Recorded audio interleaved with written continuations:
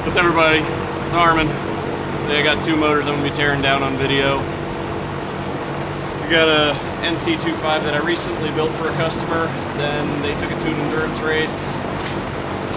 No oil cooler, standard oil. Motor didn't last. I'm not surprised. So I reviewed with them that they should be running an oil cooler, and they should be running oil pressure, oil temperature gauges, because obviously in an endurance race, you're going to be really heating the oil up. So we're going to do an actual full teardown on this because I want to show just how everything looks when you cook the motor like that.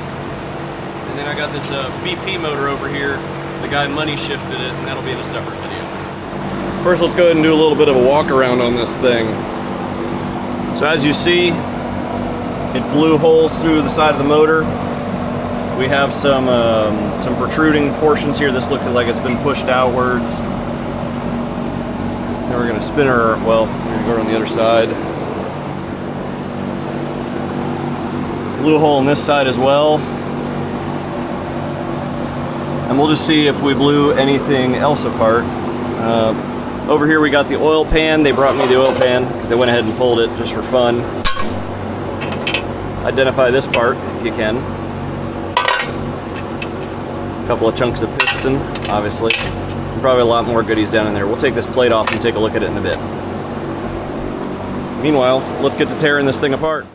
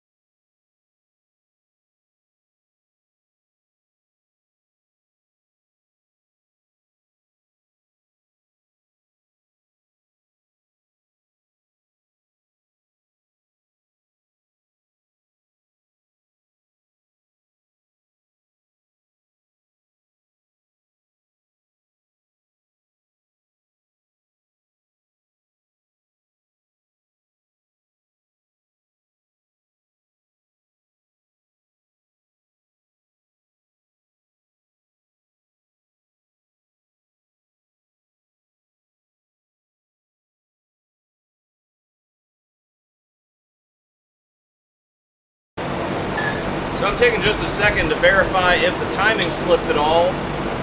And I can't rotate the crank, but the good news is we're like 15-20 degrees away from TDC. And that's where the cams are as well. So it looks like the timing is spot on. Which I'm glad to say my work held even though this thing had a catastrophic event. We're going to continue tearing down.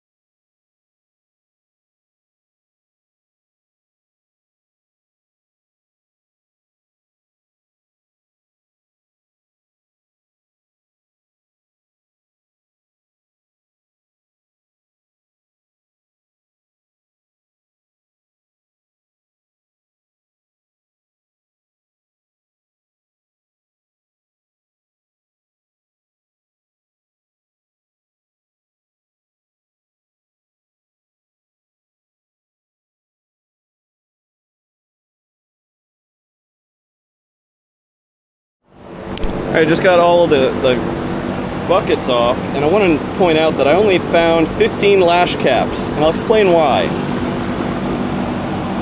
Some of these, because of how hard they got hit, looks like they lost their keepers, and some of the lash caps are actually sideways under the buckets because I guess it got hit hard enough that it unseated them. So this one's actually not even present. Check this out. Completely gone. And then the keeper's down there. There's another keeper down here.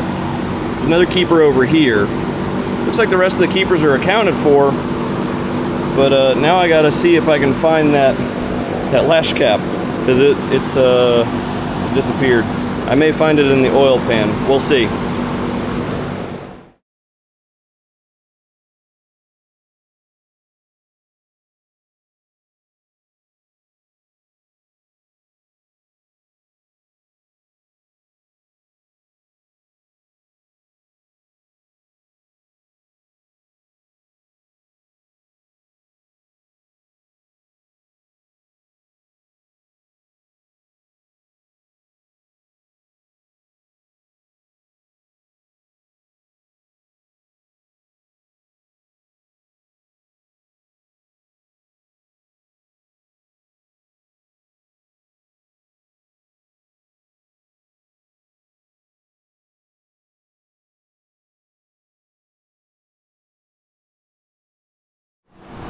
Now that we have the head off, we can take a closer look at the carnage.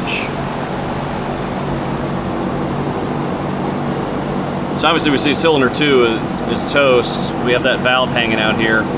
Oh man, look at that. That valve looks crazy. That one's stuck. That one's stuck. This one looks like it survived-ish. Got a couple of chunks happening on cylinder 3 and 4. Maybe even 1. There's a little bit of scarring there. Looks like the whole motor was ready to come apart, but yeah, 2 exploded. You can see the walls are demolished. The block is total scrap, if there was any question about that. I did want to point out that we went in there with our magnets and we found all the keepers that were missing. Still missing one of the lash caps. So I'm going to roll this thing over and I'm going to dig for what's going on the bottom end.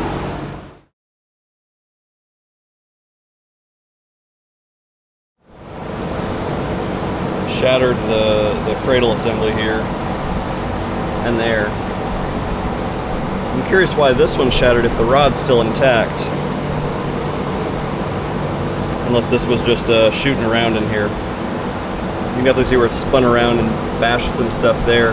Some pieces got thrown around over there too. Let's see if we can't get the crank out of here.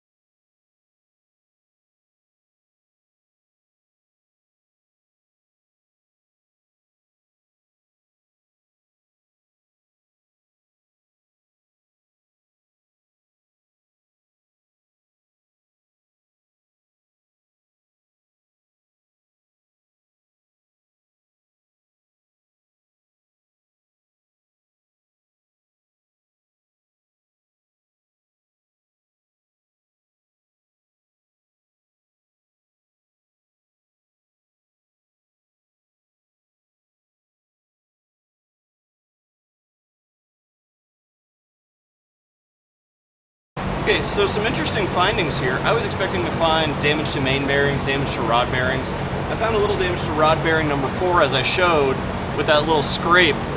But the weird thing is that all 3 of the surviving pistons have marks from valve contact. But as I stated earlier, I verified that my timing was dead on. So that means we either had a misshift event or the valve springs aren't strong enough. but I'm willing to bet they are because this is a proven setup. However, I'm gonna have a talk with the people who brought me the motor because, like I'm saying, it looks like valve contact, so something hasn't been stated. Okay, so we've got all this apart. The main bearings all look really nice, they're fine. The rod bearings, like I said, number 4 had some scratch, a significant scratch on it. The rest of them look so-so, they're fine.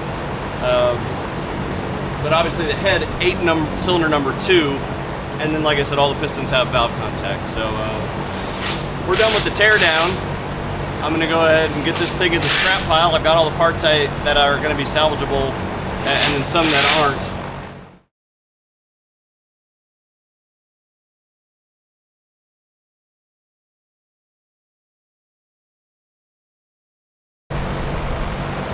Well, if you can see, that's crazy looking soup.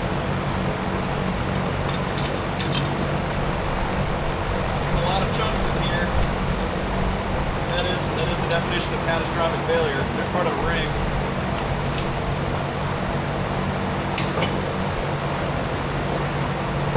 Hey, there we go, wrist bend. I'm gonna go ahead and just dump this down here.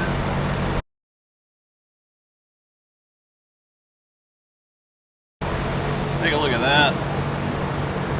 That's gnarly. I'm still trying to find that lash cap.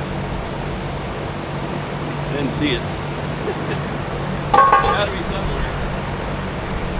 Well, that pretty much concludes our video. So I'm gonna go dig through all this stuff. I gotta pull the valve springs off of the head over here, but everything's scrapped. They're just gonna toss it all in the scrap pile, and then we'll build the new motor next. Thanks for watching.